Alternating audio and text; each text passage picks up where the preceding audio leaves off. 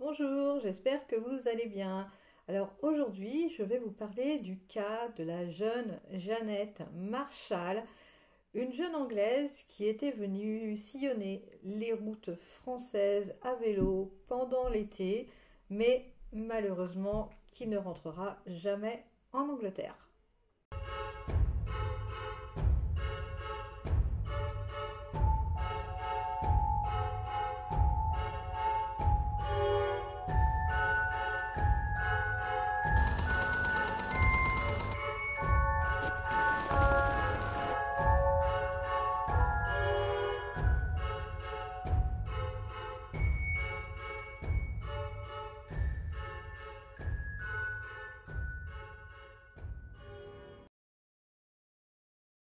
Alors nous sommes le 28 août 1955 et là nous avons trois jeunes de la commune de Bellois-sur-Somme qui découvrent dans les fourrés le corps d'une jeune femme, donc en limite de la commune de Bellois-sur-Somme et de Tirancourt, au lieu-dit des chemins de Bruat. Rapidement, les gendarmes de Piquigny, sous les ordres du chef Marquet, qui est accompagné du maire, vont se rendre sur place. À quelques mètres du corps, on retrouve un vélo assez reconnaissable avec une roue de secours où est inscrit le nom de Miss Marshall ainsi que l'adresse de son auberge de jeunesse. Elle est ainsi vite identifiée. Jeannette Marshall a 29 ans, elle vient de Nottingham en Angleterre et est institutrice. Elle était venue donc passer ses vacances en France, faisant le tour de la France en vélo, et elle arrivait justement à la fin de son périple puisqu'elle devait reprendre son avion le lendemain au Touquet. Jeannette est retrouvée à moitié dénudée, sur le dos, la tête légèrement penchée et avec une profonde plaie au niveau de la gorge. Le médecin va refuser de donner le permis d'inhumer et son corps sera autopsié le lendemain sous le préau de l'école. Le 30 août, Jeannette sera inhumée sur la commune de Bellois, puisque selon la tradition anglicane, les corps doivent être enterrés sur les lieux où ils sont décédés. Donc il y aura énormément de monde qui vont assister à son enterrement car cela a forcément beaucoup choqué la population. Cette histoire aura d'ailleurs une répercussion nationale et jusqu'à l'étranger. De plus, l'affaire de Jeannette va faire rejaillir l'affaire de Lurs où un couple de Anglais avec leur petite fille avait été retrouvé assassiné près de la ferme des Domenici et justement ce procès s'est juste terminé en 1954 et il a été malheureusement une des affaires les plus désastreuses de France et l'Angleterre a forcément un très mauvais avis et une mauvaise opinion de la police française. De plus, il y a énormément de similitudes entre la famille Drummond et la jeune Jeannette, puisqu'ils viennent tous deux de la ville de Nottingham et qu'ils ont tous deux appartenu au service secret anglais pendant la Seconde Guerre mondiale. Cette affaire est donc extrêmement sensible suite à l'échec absolu de l'affaire Domenici et la France compte bien se rattraper. Ils vont donc mettre trois grands commissaires sur cette enquête. Le commissaire divisionnaire Chabot, l'adjoint du commissaire principal Gratien et le commissaire Léon Castellan. Alors le 31 août, une énorme battue est organisée à proximité du lieu du crime, aux marais alentours. Des chiens renifleurs sont déployés. Malheureusement, rien ne sera retrouvé.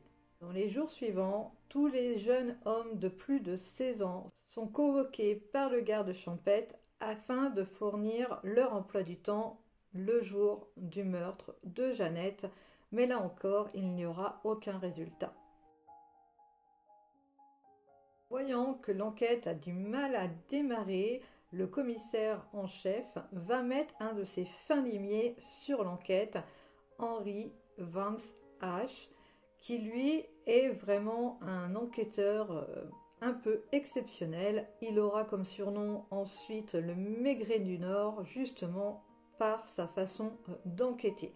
C'est un inspecteur qui est un peu taiseux, un peu bourru et qui aime s'imprégner de ses enquêtes. Donc il n'ose pas rester sur place pour enquêter au lieu de rentrer chez lui. Il a tendance à pousser les portes des hôtels, des restaurants, enfin de tous les endroits où il peut grappiller quelques informations. Et c'est là que petit à petit, il va avoir des premiers indices qu'il va récolter. Ce n'est certes pas une manière scientifique d'enquêter, mais malgré tout ça, l'inspecteur Henry a résolu, grâce à ça, des enquêtes que ses collègues n'avaient absolument pas réussi à résoudre. Et c'est ainsi que pendant 5 mois, l'inspecteur Van Asch va sillonner la nationale A35. Il va aller dans les hôtels, les cafés, les restaurants pour savoir si il pourrait avoir des informations sur le tueur. Il se déplace en camping-car, ce qui lui permet d'être toujours à fond dans son enquête. Au bout de ces 5 mois, il se sera fait une certitude sur l'identité du tueur. Cependant, il reste à prouver et à le localiser. Alors, pendant tout ce temps, à la chaussée Tirancourt, on continue de récolter des informations, des témoignages. Un médecin va signaler qu'il aurait vu Jeannette en compagnie de 3 autres cyclistes. Un chef de gare aura dit qu'il aura vu Jeannette à proximité du chemin de fer, mais tout cela n'aura pas vraiment d'importance dans l'enquête. Alors le 4 septembre, un premier suspect est arrêté, mais manque de preuves, il sera relâché. Le 6 septembre, il y a le vice-consul qui va se rendre sur place pour essayer un peu de faire accélérer les choses, car voilà, il faut qu'on retrouve absolument le meurtrier de Jeannette et surtout que les journaux anglais commencent à faire beaucoup de bruit par rapport à l'affaire. Le 9 septembre, le corps de Jeannette est de nouveau autopsié, mais ça sera une autopsie qui ne servira à rien puisqu'on ne trouvera pas plus d'éléments suite à celle-ci. Le 4 décembre, un militaire en permission va retrouver les sacoches de voyage de Jeannette dans le parc du château d'Iseux. Dedans, on va retrouver la totalité, enfin presque, de toutes ses affaires. Il manquera seulement son appareil photo, un appareil photo que les gens disent qu'elle ne quittait jamais. Alors, pendant ce temps-là, l'inspecteur Van Asch, lui, enquête sur le vol d'une mobilette qui a été retrouvée justement le jour de la mort de Jeannette. Et il est vraiment convaincu que le voleur est le meurtrier de la jeune fille. Il va donc contacter la gendarmerie de Gagny en Seine-et-Oise, mais malheureusement, l'auteur n'a pas été identifié. En même temps, il y a un premier portrait robot qui va être fait avec les petits témoignages qu'on recueille du côté de Tirancourt. Alors, au niveau du portrait robot, c'est la deuxième fois que cette technique est utilisée en France. La première fois, c'était en 1953, mais malheureusement, ça avait été un échec et un innocent avait été accusé. Le procédé du portrait robot a donc été revu et cette fois-ci, le portrait robot va avoir une grande importance dans cette affaire. Alors le 7 janvier 1956, Un certain Robert Avril Trimarder, déjà connu de la justice pour viol et violences sexuelles, se fait percuter sur son cyclomoteur. Suite à ça, il va laisser son cyclomoteur sur le bord de la route et va s'enfuir. Cette dernière porte une plaque au nom de Robert Avril et donc la gendarmerie va se rendre chez sa sœur où qu'ils vont le trouver. Alors il venait de purger une peine de prison pour vol à Dieppe et était sorti le 12 juillet 1955, un mois et demi avant le meurtre de Jeannette. Les inspecteurs trouvent une ressemblance entre Robert Avril et le portrait robot. L'inspecteur Henry Van Hache ne s'était donc absolument pas trompé. Robert Avril avait donc volé une mobilette pour aller à Beloit. Il l'avait laissée sur place, puis en avait volé une seconde à Amiens pour rentrer chez sa sœur. Sur cette deuxième, il avait apposé une plaque avec son identité par peur d'être contrôlé par la police et qu'on lui dise qu'il avait volé cette mobilette. C'est donc cela qui fera qu'il sera identifié et arrêté. Alors on se demande pourquoi Robert était parti à Beloit et un gardien de prison vient à dire que Robert Avril avait l'habitude d'envoyer des courriers à une fiancée qui habitait ce village. On effectue par la suite également une perquisition à son domicile et là on va y retrouver l'appareil photo de Jeannette, donc il n'y a plus de doute. Alors dans un premier temps, Robert va avouer le fait d'avoir volé les bagages de Jeannette, mais il va totalement nier le meurtre. Cependant, au bout du 4e jour d'interrogatoire, il finit par avouer avoir tué la jeune fille. Il se serait présenté à elle, il aurait essayé de la séduire, elle l'aurait repoussé et il l'aurait donc étranglée, il dira que c'était un acte diabolique. Quelques jours plus tard, devant le juge d'instruction, il se rétractera et cela jusqu'au procès.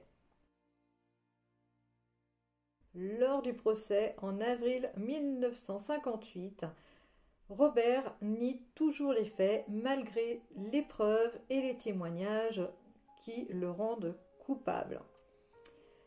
Ça va être au tour de l'inspecteur Henry Van Hache de témoigner et là il va retracer toute son enquête et à ce moment-là Robert Avril va se lever dans son box, il va éclater en sanglots et il va se mettre à pleurer en avouant donc son crime.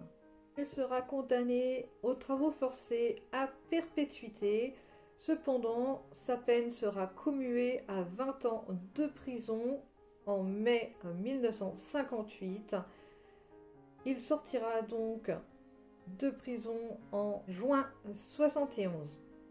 Robert décédera en 1994 à l'âge de 81 ans.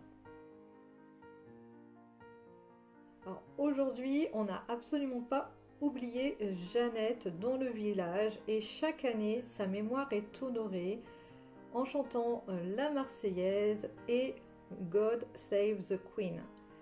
Jeannette est enterrée auprès de 3 soldats anglais qui sont morts pendant la Seconde Guerre mondiale.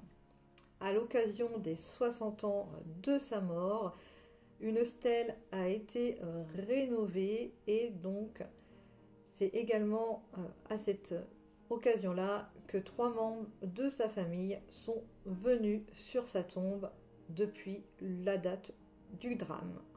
Alors voilà pour aujourd'hui. Je ne sais pas si vous connaissiez l'affaire de Jeannette Marshall. Je ne pense pas qu'on en parle énormément. Pourtant, c'est une des affaires qui donc a fait renaître ou découvrir la technique des portraits robots, puisque sur cette affaire-là, ça avait très bien marché. Et depuis ce jour, ça ne fait que s'améliorer. Alors, je trouve que c'est quand même une histoire qui est assez triste, puisque la pauvre Jeannette, elle avait rien demandé, elle avait juste envie de retourner en Angleterre, elle avait passé des magnifiques vacances. Malheureusement, elle est tombée sur Robert Avril, qui lui en avait décidé autrement, malheureusement. Donc voilà, je vous remercie d'avoir regardé. Si vous n'êtes pas encore abonné, n'hésitez pas à le faire, et vous pouvez également me laisser un petit commentaire. Vous pouvez me suggérer des idées de vidéos et je me ferai un plaisir de vous répondre. Je vous souhaite à tous une agréable journée.